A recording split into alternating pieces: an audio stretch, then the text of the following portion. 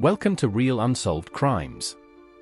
In today's episode, we journey to the remote wilderness of British Columbia, Canada, a land of stunning beauty, deep forests, and winding highways.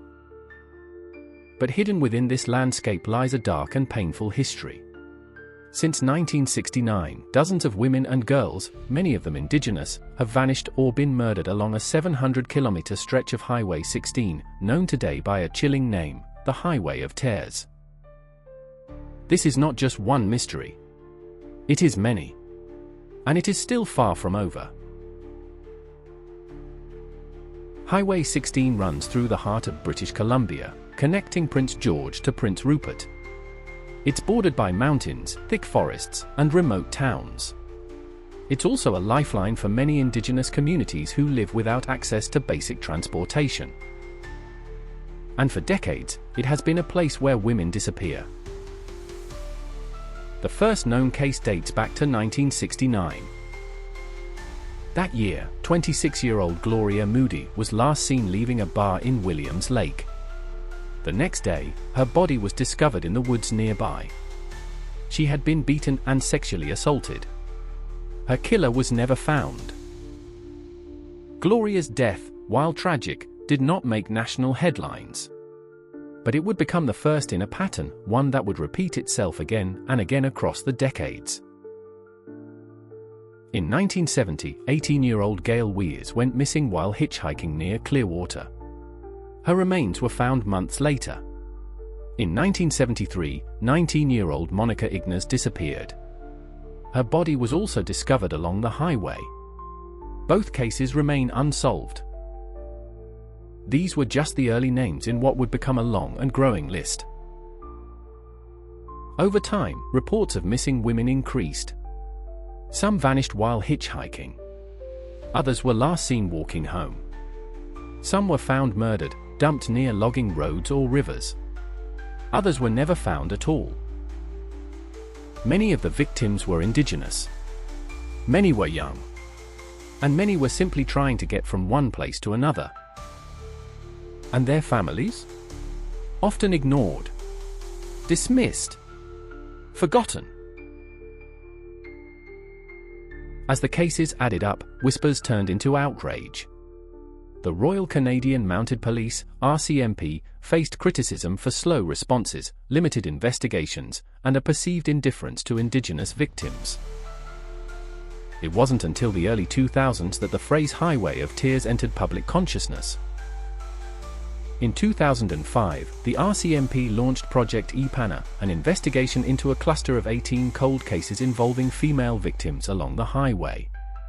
They defined a narrow focus: victims who were last seen hitchhiking or near Highway 16 between 1969 and 2006. But even that list excluded many.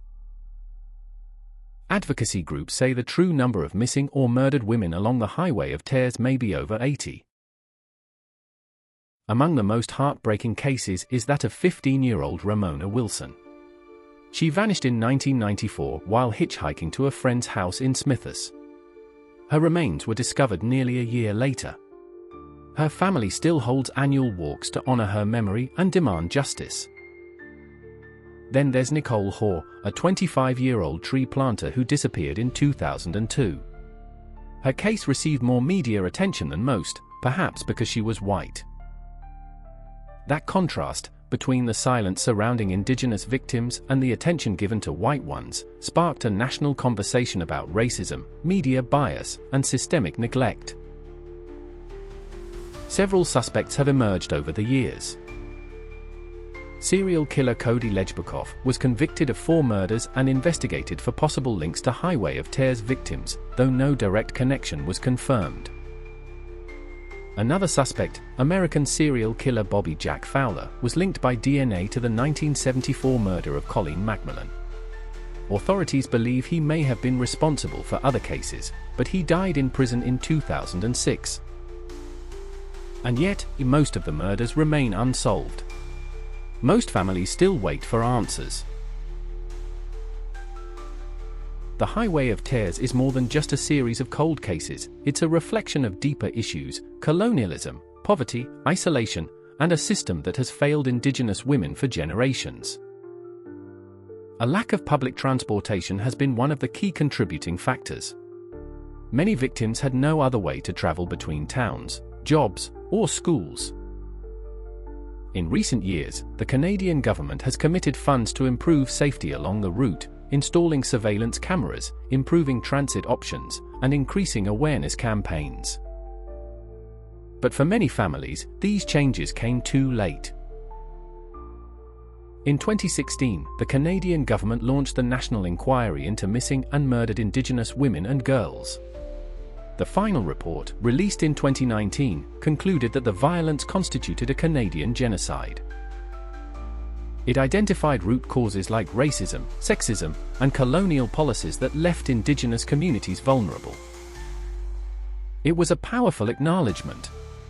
But to the mothers, sisters, and daughters still waiting for justice, words can only go so far.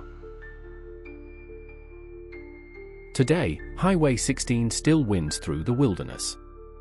Its breathtaking beauty masks the pain of those who never came home. But their names are not forgotten.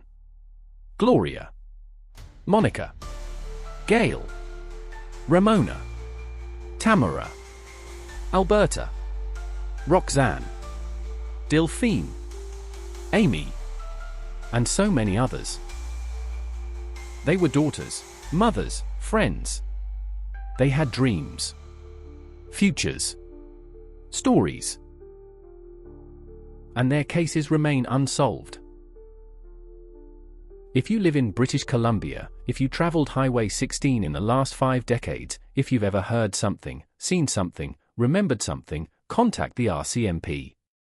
The smallest detail could change everything. Because silence is part of the crime. Thank you for listening to Real Unsolved Crimes. Share this story. Say their names. Push for change.